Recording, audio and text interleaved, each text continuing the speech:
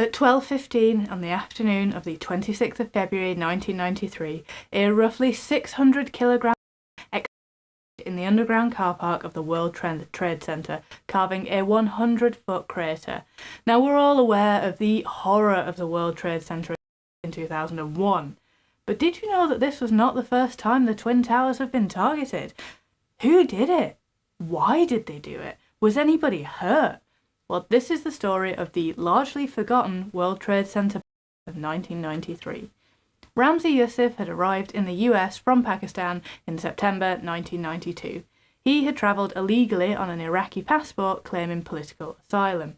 He settled in New Jersey, making contact with the blind Sheikh Omar Abdel Rahman, a Muslim cleric who introduced him to some like-minded friends. So what was their motive then? Well, it certainly wasn't religious. Youssef and co had three demands. They wanted the US to stop sending aid to Israel, they wanted the US to end diplomatic relations with Israel, and they also wanted the US to end interference with any of the Middle Eastern countries' interior affairs. Their plan was to create an explosion that was so large that Tower 1 would topple onto Tower 2, killing roughly 250,000 people. So how did it all play out then? Youssef and his Jordani friend Ayad Ismail drove a rented yellow Ford Econoline van into the basement car park of the North Tower. They parked on level B2, lighting the 20-foot fuse before fleeing the scene.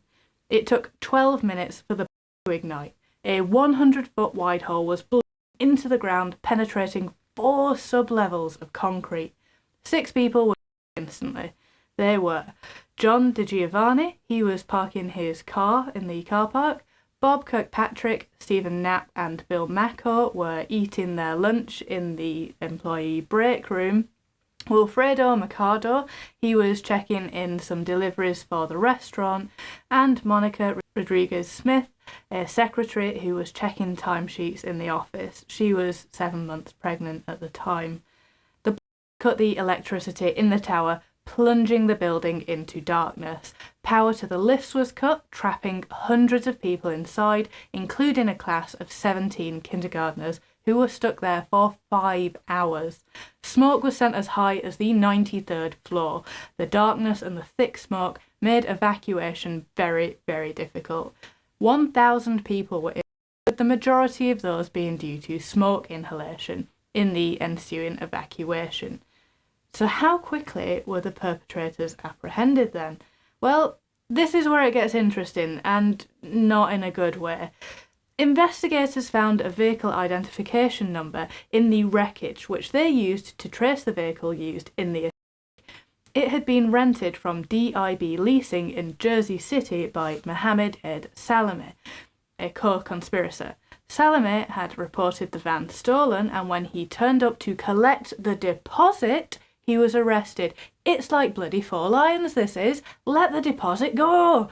Ramzi Youssef, he had fled the US immediately after the attack in Pakistan.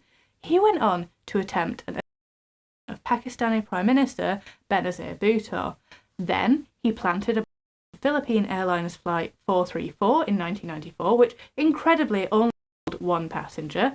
He may or may not have been involved in the Imam Reza Shrine in Iran, which was also in 1994.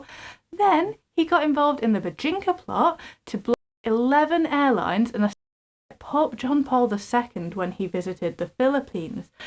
This plan didn't go ahead because the conspirators accidentally set their apartment on fire. Incredibly, he escaped again and was involved in a 1995 plot to a US plane, which thankfully didn't go ahead.